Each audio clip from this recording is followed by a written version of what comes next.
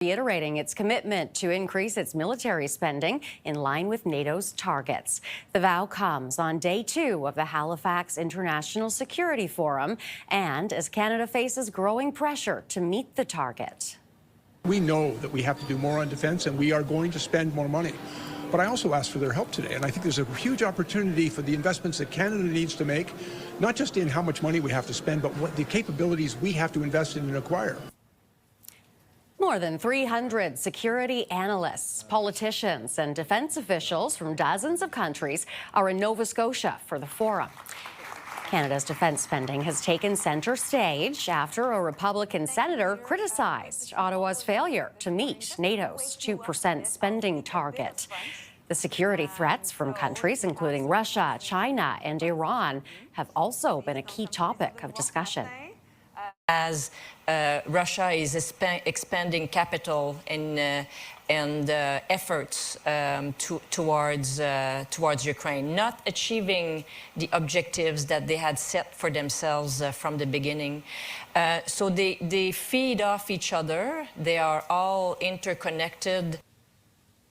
All right, let's bring in retired Major General Denis Thompson, former force commander of the multinational force and observers in the Sinai.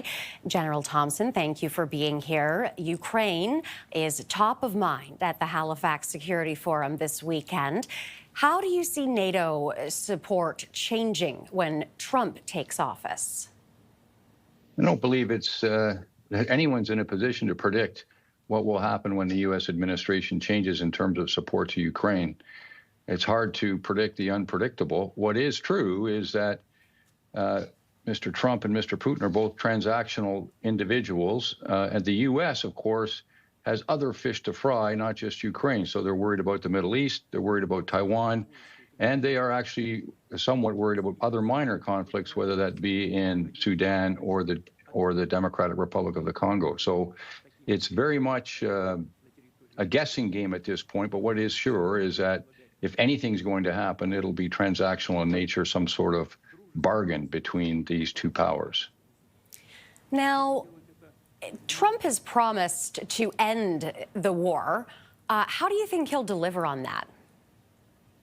No idea. I think Mr. Trump is the only one that can predict that outcome, how we would go about doing it. What I do believe will happen is that Europe and others will step up. Whether or not they're able to provide Ukraine with the tools necessary to get the job done is another question. And between now and the 20th of January, of course, there'll be an acceleration in the war on the ground.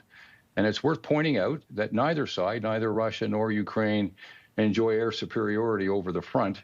And that's the reason why that and the plethora of drones is the reason why this fight has devolved into an attritional war, where Russia has a 4-to-1 advantage in terms of manpower to draw on.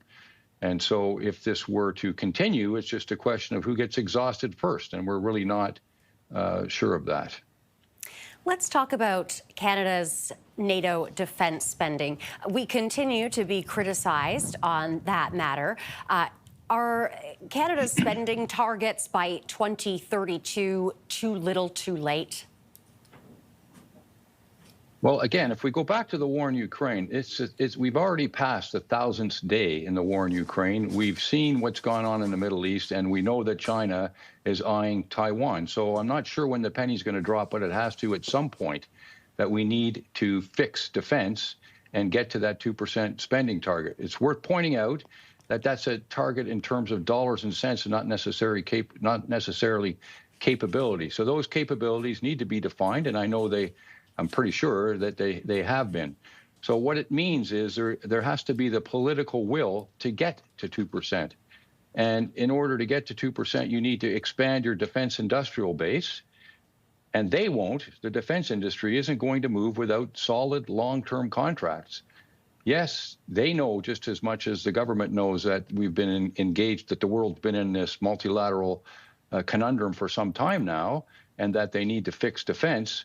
But they've done precious little to fix the actual gears, if you will, of the bureaucracy that would make it possible to spend the 2%, because that's the issue. Can you spend the money if you have it?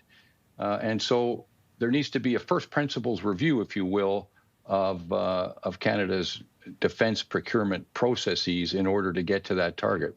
But it's vitally important because we lack many of the capabilities necessary to survive on the modern battlefield. Interesting.